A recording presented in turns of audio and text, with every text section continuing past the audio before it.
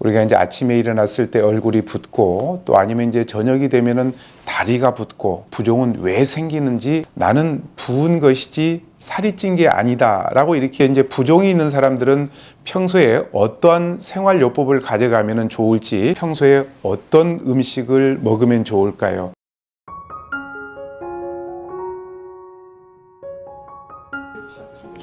네, 안녕하십니까. 이광현 한의사입니다. 오늘은 부종에 대해서 말씀을 드리겠는데요.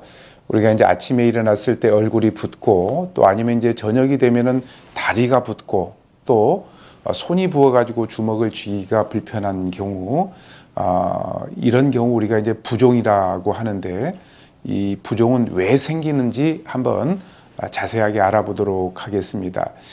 우리 인간은 우리 몸의 70% 정도가 수분이기 때문에 당연히 부종이 생길 수밖에 없습니다. 체중이 60kg이면은 수분이 거의 한 40kg 정도 된다라고 볼 수가 있습니다. 이 부종이라고 하는 것은 혈관 안에 있어야 될 수분이 혈관 밖으로 새 나와 가지고 불필요한 곳에 고여 있는 것인데요. 대개 이제 질병에 의해 가지고 생기는 경우도 있고 질병이 없음에도 불구하고 부종이 생기는 경우가 있습니다. 대개 질병에 의한 부종 같은 경우에는 갑상선 기능이 저하가 된다거나 또 이제 신장, 심장, 간장이 안 좋을 때 우리 몸이 붓는데요. 대개 이제 신장 질환으로 인한 부종 같은 경우에는 눈꺼풀에서부터 붓기 시작해 가지고 전신이 붓는 것이 특징이고요. 그리고 이제 심장 질환 같은 경우는 심장의 아랫부분, 그러니까 서 있으면 다리가 붓고 누우면은 등과 허리 같은 것이 붓는 것이 특징적이라고 할 수 있고, 간장 질환으로 인해 가지고 부종이 생기게 되면은 얼굴에 황달 같은 것들이 생기고 복수가 차면서 그 다음에 다리가 붓는 특징이 있습니다. 그런데 이런 그 질병과 상관없이 나타나는 부종이 있는데 이것은 우리가 생리적인 부종이라고 얘기를 합니다. 예를 들게 되면은 아침에 일어나면은 얼굴이 좀 붓는다. 그리고 저녁에 활동을 많이 하고 나면은 다리가 붓는다. 저녁에 짠 음식을 많이 먹거나 술을 먹고 나면은 다음날 아침에 얼굴이 붓는 경우가 많죠.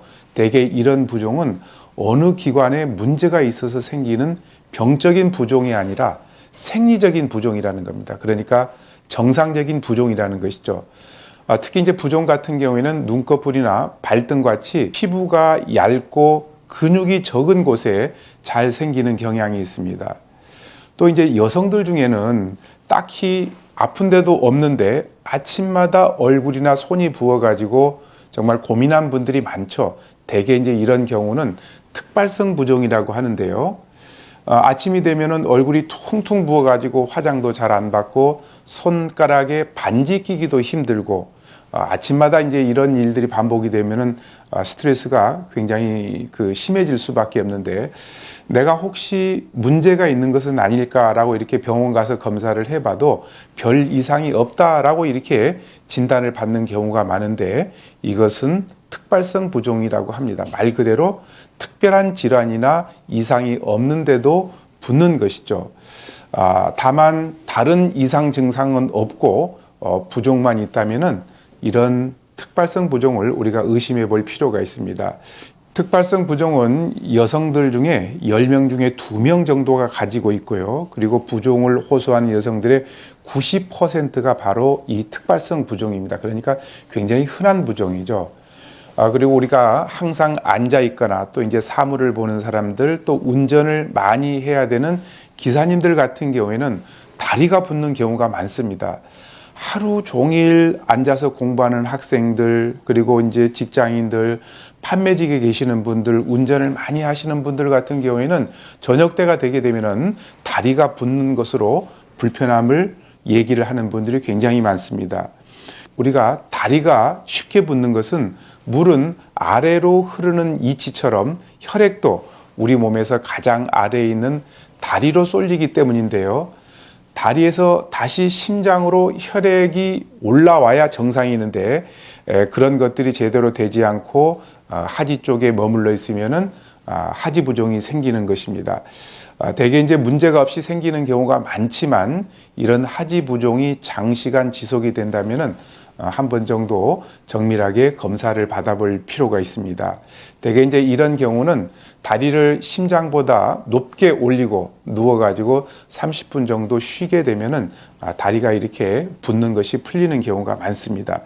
대개 이제 여건이 여의치 않다면은 다리를 마사지나 또 무릎을 굽혔다 펴는 운동, 그리고 발목 돌리기 같은 운동을 1시간마다 이렇게 해주면은 하지 부종을 미연에 방지하고, 그리고 하지 부종이 생겼다고 하더라도 부종이 가라앉게끔 하는데 도움이 될 수가 있습니다.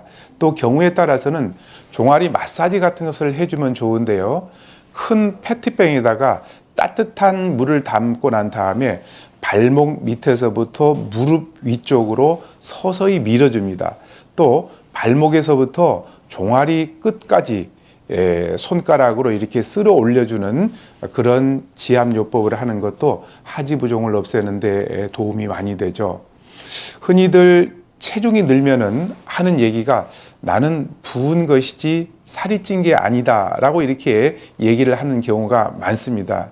물론 살이 찐다라는 것은 우리 몸속에 지방이 늘어나는 것이고 붓는 것은 물이 고이는 것이니까 부종 자체가 살이 되는 건 아닙니다. 그러나 부종도 오래되면 문제가 될 수가 있죠.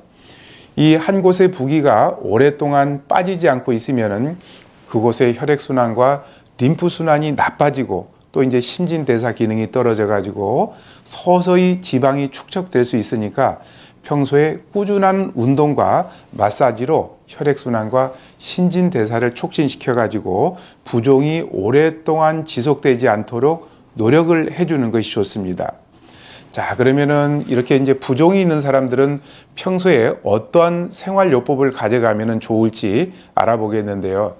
일단은 우리가 짜게 먹는 것은 아주 안 좋습니다. 짜게 먹게 되면은 당연히 우리 몸에 부종이 생길 수밖에 없습니다.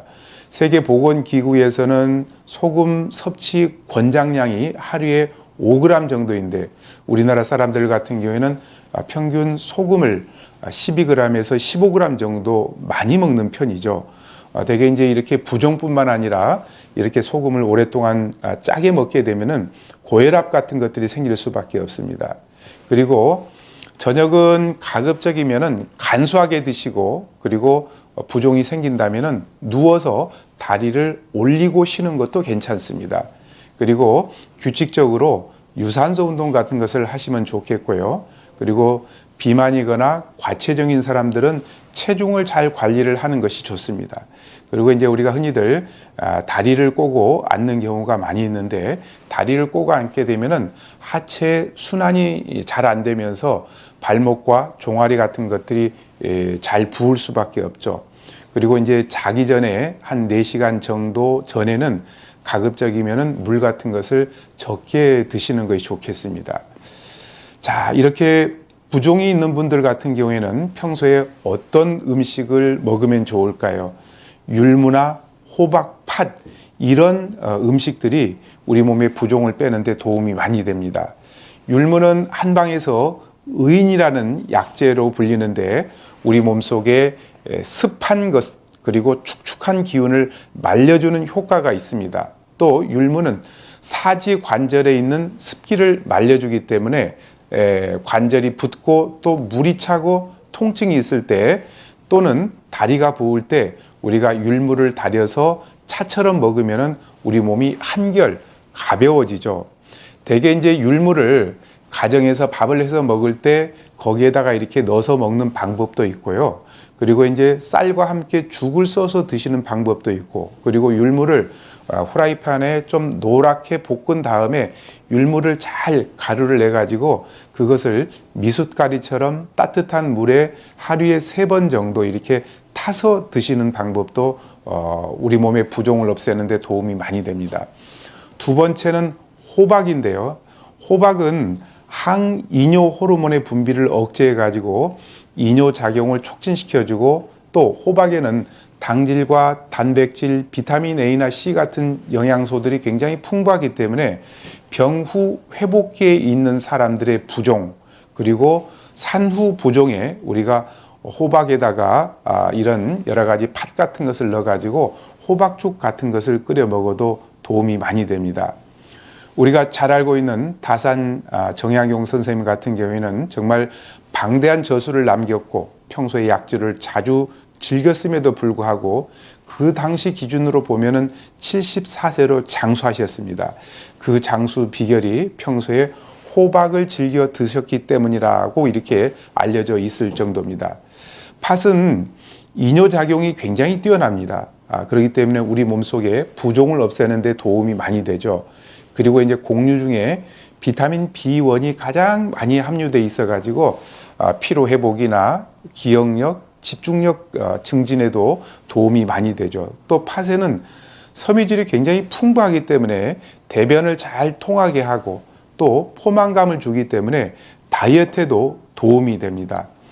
호박, 팥, 율무를 죽을 써서 드시면 좋은데요.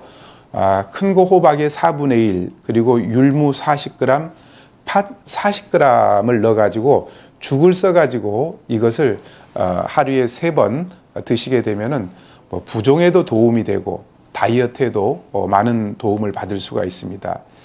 자, 이렇게 부종이 있을 때 우리 한방에서는 어떤 처방을 쓰는지 한번 알아볼게요. 대개 오령산이라는 한약을 쓰는데 5가지 약재로 되어 있습니다. 이 오령산은 단순히 소변을 많게 하는 그런 이뇨제의 약재가 아니라 우리 몸속에 수분 대사를 잘 조절하는 처방이라고 보시면 되겠습니다.